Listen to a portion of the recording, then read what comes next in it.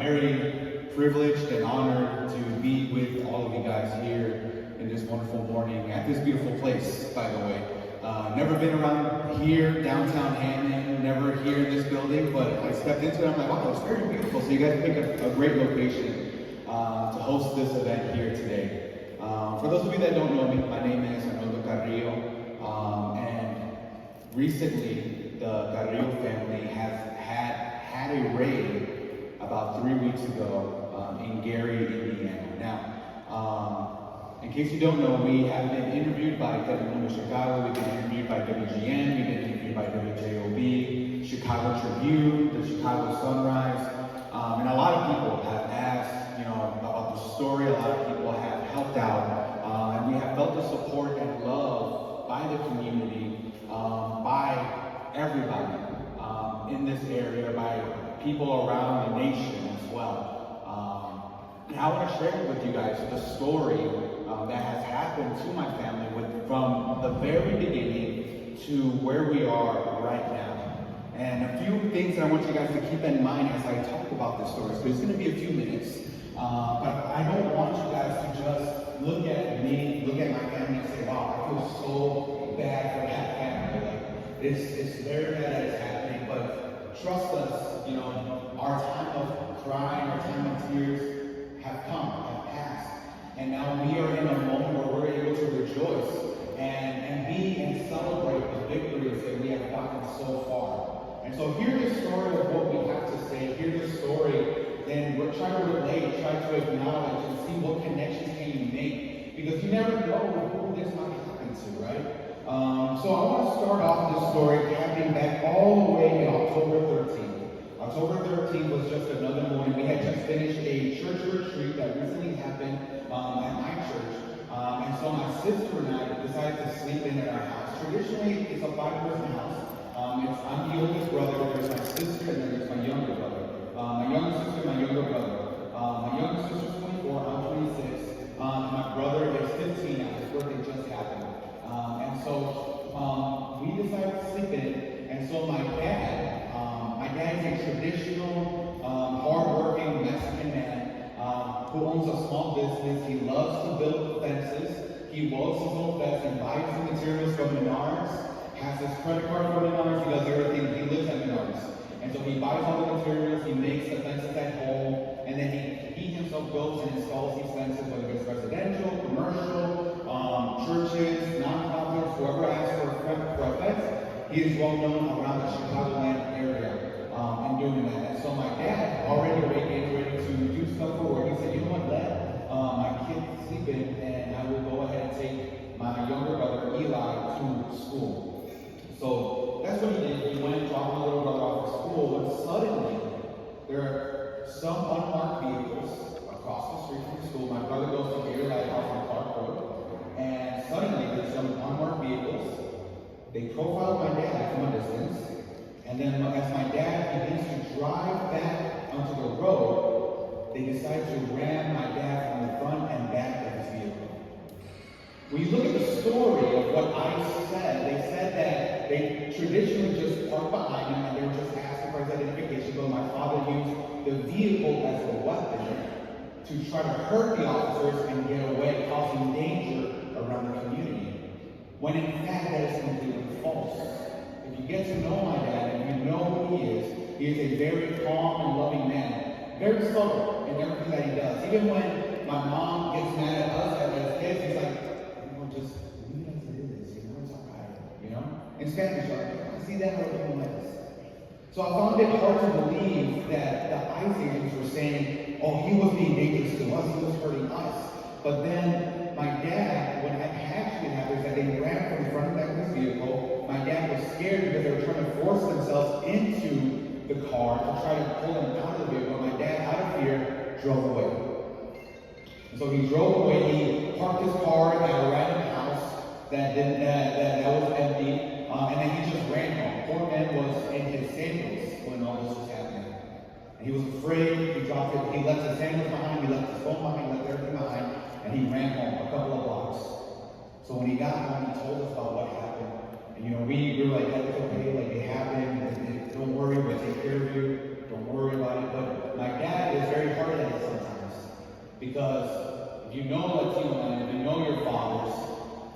they still love to work. They love to work. They don't know what it is to relax. They don't know what it is to sit down. So my dad knew that work still needed to be done. Fences needed to be made. Projects needed to be finished. People had to get paid. Food needed to be on the table. Bills had to be paid. And so my dad said, I'm still going to go to work. I don't care if they fire me, I'm going to go to risk. I'm still going to go to work. My dad's an illegal immigrant. We recognize that. We know that. But I'm proud to say that out of that, he has 3 kids. Me, I came out with a master's degree in leadership from Indiana Wesleyan University. I work a full-time career. And one of my dream jobs at Bible League International, my sister is doing very well with herself. My brother, who wants to be just like my dad, wants to be a welder, wants to go to trade school to learn how to become a welder. That is the children that my dad raised in that household. And so we told my dad, don't worry about it. But he insisted he wanted to continue working. Until one day, 10 days later, a few days later after that, November 25th, a Thursday morning, we were getting ready to go to a church camp, and I had woken up at around 6 a.m. when suddenly I just see flashlights going through the door. I had no idea what was going on. We thought that our interaction with Christ had already passed, that had happened, that's in the past, and we can put it behind us. But then here we are next week, Thursday, on the 26th, on the 25th, on the 23rd, on October 23rd, at 6 a.m., we just see lights going through our windows. And then we just hear banging on the door. U.S. Marshals, open up. I was scared. I was petrified. And so my mom woke up. My dad, and my brother, and sister, we all just woke up in a panic. And then I just looked at the window and I just hear them banging on the door. And they only gave us less than a minute to try to react, to be calm, to try to go up to them until they finally ran the door open. They forced it open. And then the first person they saw was me. And so I walked up to them. I didn't run, I didn't swing, I didn't yell. I walked up to them with my hands up. I said, hang on, wait, what's going on? And then they just grabbed me by force. They grabbed me by my shirt. They pulled me out of my house. They choked me. And from there, when they choked me, I was trying to breathe. I was trying to put my arms around the big fella's arm. And I was trying to put my hands on his arm. And all of a sudden, one of them takes a bullet and I had a black eye. You look up the stories, whether it's the Tribune, whether it's any other newspaper article, you'll see the black eye, you'll see the ripped shirt, you'll see the scratches that they left me. When they decided to raid the house and they dropped me and they put me on arrest and they said, if you move, we will shoot you. Never once did they ask, was I a citizen? Never once did I make a move to try to attack them or hurt them. But on their documents it said I was the one that attacked them. I was the one that gave them cause to use force. And even if that was the case, no one should have came out with a black eye. You have to be willing to aim directly at them, come out with that injury. And so they dropped me to the ground. And I just hear in the background of my sister as they went into the house, you need a warrant to come in. And they didn't want to show a warrant. They didn't show us a warrant. And so they went ahead and arrested my sister. They arrested my younger brother. They found my mom downstairs in the basement. And my mom wasn't hiding. My mom walked out and said, hey, mom, wait. She was trying to talk in English. My mom cannot talk English. 30 years in the U.S., she still can't talk English. But I can't blame her. And they arrested her, they put her in handcuffs, but then they sent in a dog, and the dog bit her still. Even after she was arrested. You meet mom, she has those white wounds still. They pulled her to the ground, she's diabetic, she's 56 years old. Diabetic. They sent the dog to bite her because they said it was necessary, but they claimed that the dog never bit her, but you can see the bite wounds of the dog to this day after 3 weeks later. And then they found my dad, who smart enough was hiding on the roof of the house. And they couldn't find him. It took them an hour to try to find my dad. It wasn't until the sunrise of the day that the sun exposed where he was. And they found him. And they took us to the Gary police station for further processing. And I was trying to be optimistic. I was telling my mom, don't worry. We understand that with dad, they're going to arrest them. They're going to probably take time under his custody. I had no idea what was going to happen. But I was being optimistic. My mom, don't worry. the warrant was for Dad. They're going to let all of us go. They're going to let all 4 of us go. We'll deal with it on Monday. We're going to go to this church camp. Like, you're not going to stay home by yourself. And we'll take care of you. Don't worry.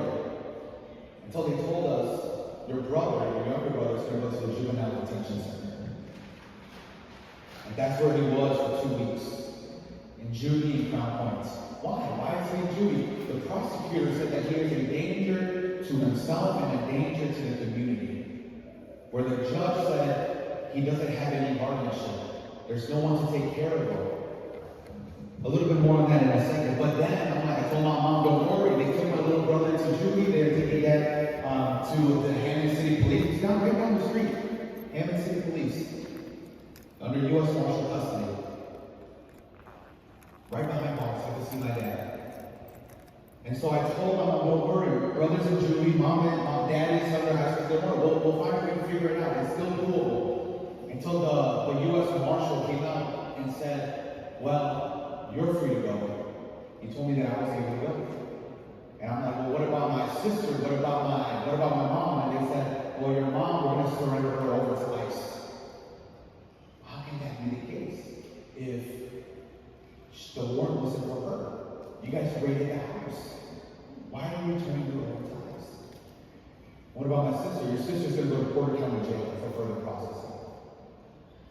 I was alone in that moment. My whole family in one day gone. Dad under U.S. Marshal custody. Mom taken to an ICE facility in Broadview. Sister, Porter County Jail. Brother, juvenile detention center. And I left out of that jail alone. Walked out with my pastor, and we went to a house, a lady that I knew for over 20 years. And I felt alone, black-eyed, injured, exhausted, hungry, and no family to come home to. House raided, door broken, who knows, everything torn apart. And I felt lonely at that time. But things started looking up after that. I felt the love of the community. I felt the love of my church. I felt the love of the people that knew who my mom and my dad was. There was a God that understood that the righteous will not be failed. That there's a God that understood that those that have done the right, that has done good, will not be embarrassed in front of the people in the lights. That those that have been wrong will turn it to right. And next thing I knew, I got a call from my sister. Oh, I'm here in Porter County Jail. I don't know what's going to happen. And then I got a call from my mom. Son, I'm in Broadview, Illinois. They're processing me. And then I got a call from my dad. Son, I'm here in Hammond City Jail. I'm not that far away. And so then I started receiving advice. And then Sunday, quickly, pastors and people. And my fiance, that I want to thank very much. My fiance is here, by the way, guys. My fiance, can you say, I'm saying, they can say, I'll be quick, please. Look at that. I'm going to marry her in July. I can't wait for the July. I'm very excited about that. Even if it's a very nice one. But back to the story real quick. And so then I got a call from my family. They don't tell you how to interact. They don't tell you how to reach out to them. They don't tell you how to call them. They don't tell you how expensive it is to call people in jail. 25 cents a minute. What a scam that was. Plus the $2, $3 fee that they charge you for that. And so then next thing you know, I'm like, Mom, don't worry. And so very quickly, I remember the words of my pastor that he gave me. He said, you can sit down, because this was immediately once I was under, you can sit down, and you can cry, you can mourn, and you can feel defeated. But right now, your family needs you. Right now, more than ever, your family needs you to move, and so you can get them out. It's going to be hard. It's going to be difficult. It's going to be a hard mountain to climb. But your family needs you more than ever right now. And so the next day after that, we started calling lawyers, we started calling attorneys, we started calling jailers, we started trying to find information about my mom, my dad, my brother, my sister. I went to a medical facility immediately to check on my black eye, make sure nothing was ruptured or broken or sore from my neck and my jaw. And then next thing I knew, I got a phone call, your sister's out of jail. Oh my goodness. And then immediately they went and picked her up. My sister, she was in Valparaiso. So now I have one family member back from Porter County Jail. Okay, your brother has a court hearing, but he's going to stay in Judy for the next couple of weeks. Okay, I went and got a guardianship attorney, and then from there he's also fighting the case for my brother. And so that cost about $5,000 for an attorney. No offense to attorneys. I understand, you guys are well worth your time. Trust me. You guys do your job very, very well. I respect so much the work that you guys do. But it would be expensive as well for a normal person, you know? And so, but then I got the guardianship paper. I got the criminal case for that attorney. And 2 weeks later, we were able to get my brother out of juvie. And he's home with me as well. That's 3 out of the 5. Now all I have left is my mom, who I thought was in Rockview still. But turns out, they said that they were going to take her to Kentucky just to find out that she was in Texas. So they moved her to Texas at the ICE facility there. And if you get the time to hear the story of my mom, it's on WGN News right now. Part of it is on Telemundo, Chicago. Look up that story. You'll see how bad and how poorly they treat the women there.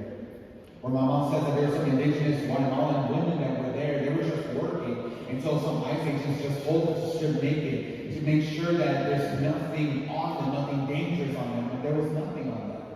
And they were just feeling with the women just to make sure that there was nothing there, but still arrested them.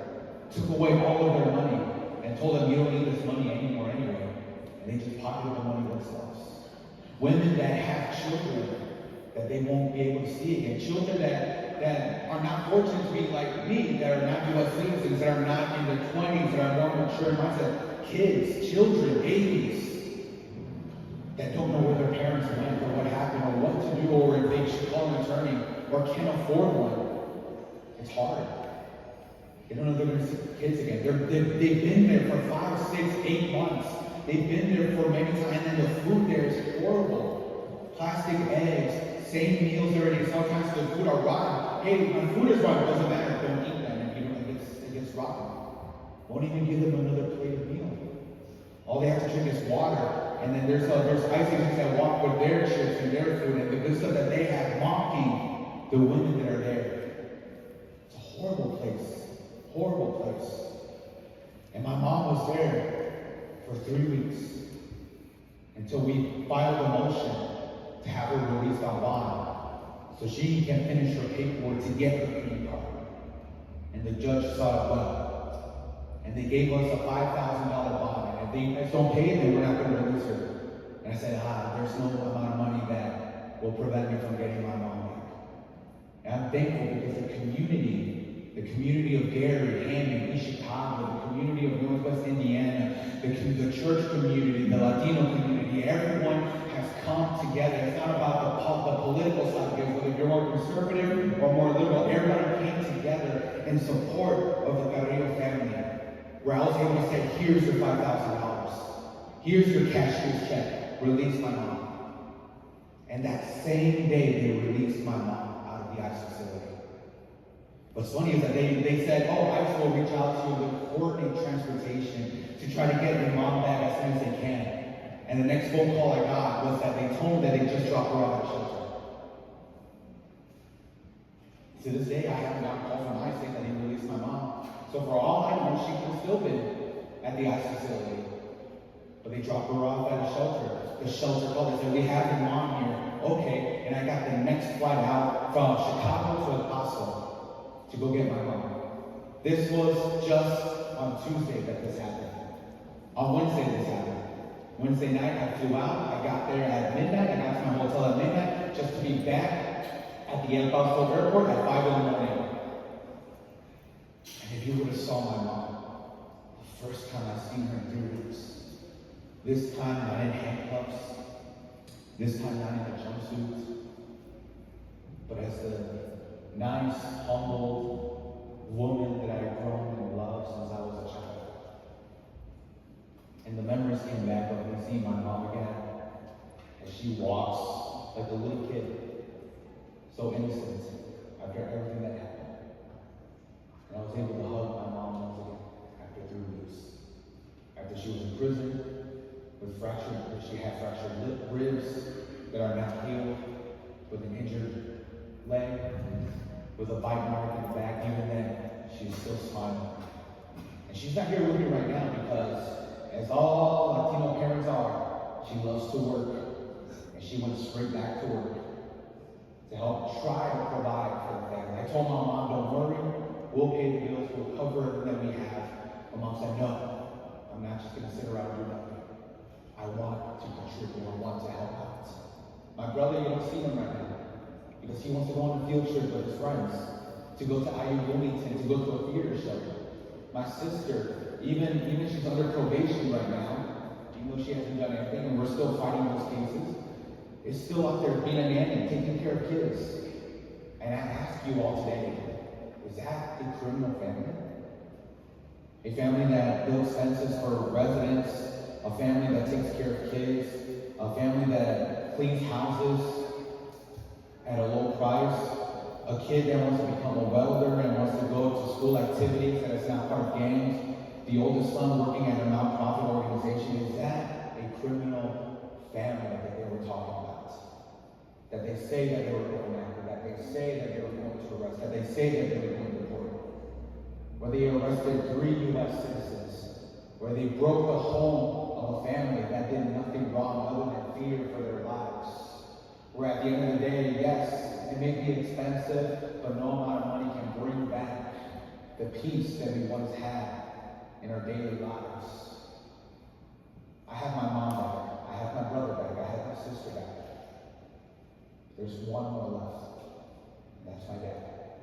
My dad is still in the U.S. Marshal custody. He has another court date on the 24th. And the attorney, Roxana, is doing her absolute best to try to bring my dad out. And even if it's another call of an attorney for immigration to get his paperwork started, money is no object, because all we want is our family back. And I ask all of you, besides the donations, besides all of that, above all, as I have told every single media, every single person, above all, pray for us. Because if there's a reason why my mom has been out in 3 weeks so quickly, there's a reason why my sister is out, my brother is out in a short amount of time, it's because there's a hand moving behind the scenes that we're not seeing. And things are being coordinated that cannot be explained. So above all, I ask you all for your prayers. And if you have any questions regarding any of this, if you're still doubtful of anything, please ask questions. I have no reason to lie about this. I have no reason to try to manipulate or try to push the story to become even more interesting. Because as it is right now, it's hard to sleep. As it is right now, it's hard to find out what's going to happen next. But we know who's in control of all things. And I know that above all, as well, that there's a community that is ready to back us up and is fighting for us and defending us. So as I finish with this, first generation kids, those that are U.S. citizens, love your mom and dad. Hold on to them, cherish them. You never know what might happen next. I never thought that this Christian household family would never see the light of these interactions, but it did. You never know what will happen. Love your mom, love your dad, take care of your family. Help them out in whatever you can do, and be blessed with what you have. And let's continue moving forward as we'll get through this, not by myself, not just through me, but working together as a community. Many good to see you all, and thank you for listening to my story.